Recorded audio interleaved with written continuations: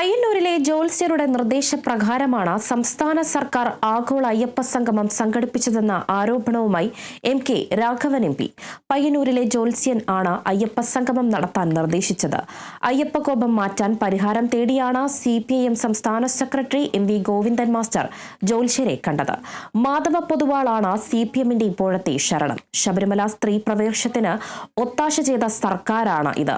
അയ്യപ്പ ഭക്തരോട് ആത്മാർത്ഥതയുണ്ടെങ്കിൽ അന്നത്തെ കേസുകളാണ് സർക്കാർ ആദ്യം പിൻവലിക്കേണ്ടതെന്നും M.K. രാഘവൻ പറഞ്ഞു.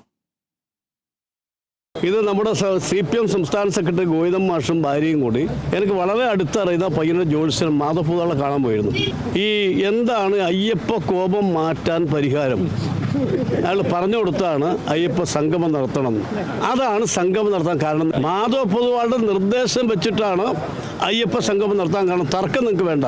ശബരിമലയുമായി ബന്ധപ്പെട്ട ആചാരങ്ങൾ, അനുഷ്ഠാനങ്ങൾ ഇത് രണ്ടിന് ഘടകവിരുദ്ധമായി എന്ന് പോലീസ് ഉപയോഗിച്ചുകൊണ്ട് ഋതുമതികളായ സ്ത്രീകളെ കയറ്റാൻ ശ്രമിച്ച ഒരു കാര്യമുണ്ട്. അതുമായി ബന്ധപ്പെട്ട ഒരുപാട് കേസുണ്ട്.